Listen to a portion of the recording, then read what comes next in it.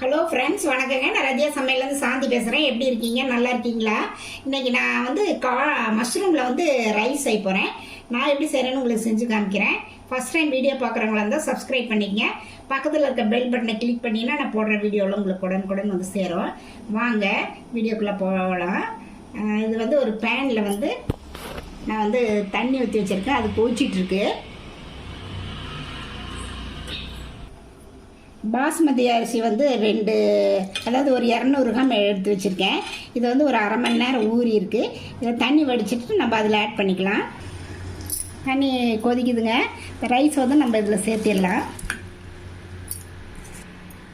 கொஞ்சம் உப்பு ஆட் பண்ணிக்கலாங்க.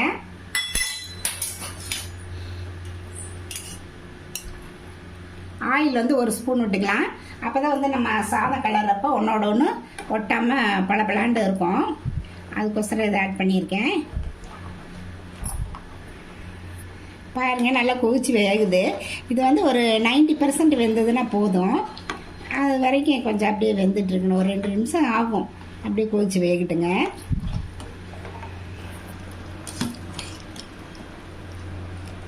பாருங்கள், இந்த அளவு குக்கானா போதும். நம்ம வந்து ஒரு பிளேட்டில் வந்து நம்ம அப்படியே மாற்றி கஞ்சி அந்த இதை தண்ணியை வடிச்சிடலாம். காளானா இந்த மாதிரி கட் பண்ணிக்கலாங்க. இந்த காம்பையும் நம்ம சேர்த்து கட் பண்ணிக்கலாம். ஏன்னா ரைஸ்க்குலாம் இதோட சேர்த்து கட் பண்ணால் தான் நல்லாயிருக்கும். இப்போ ஒரு பேனில் வந்து ஆயில் விட்டுருக்கேங்க. இதை நம்ம அப்படியே ஃப்ரை பண்ணிக்கலாங்க.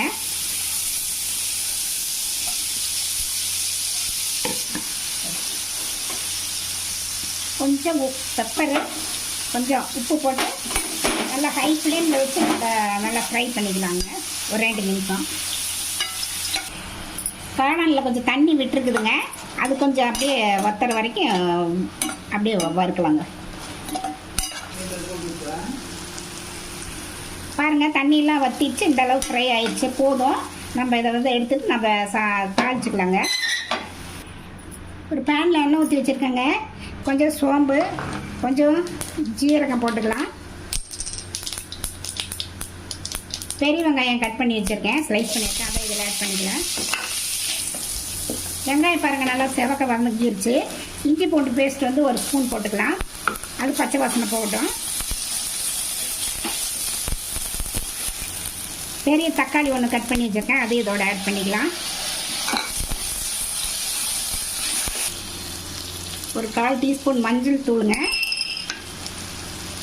மிளகாத்தூள் வந்து ஒரு டீஸ்பூனு, மல்லித்தூள் ஒரு டீஸ்பூன், கரம் மசாலா ஒரு 1/4 டீஸ்பூன். இது கூட உப்பு ஆட் பண்ணிக்கலாம். ஏன்னா அதில் காளானில் வேறு போட்டுருவோம். இது கொஞ்சமாக போட்டுக்கலாம். பார்த்துட்டு கூட அப்புறம் நம்ம போட்டுக்கலாம். இது நல்லா கொஞ்சம் பச்சை வாசனை போகிற வரைக்கும் நம்ம வதக்கிக்கலாம். பாருங்கள், எல்லாம் பச்சை வாசனை போகும். பாருங்கள், எண்ணெய் எப்படி பிரிஞ்சு வந்துடுச்சு. நம்ம அந்த மஷ்ரூம் வந்து இதோட சேர்த்து ஒரு 1 நிமிஷம் நல்லா பரட்டி விட்டுட்டு அப்புறம் சாப்பாடை போட்டு நம்ம கலரிக்கலாம். நம்ம 1 நிமிஷம் பரட்டினா போதும்.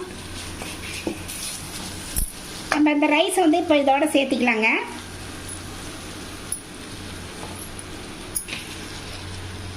எல்லாம் சேர்த்து சாப்பாட்டோட கலரி விடலாம்.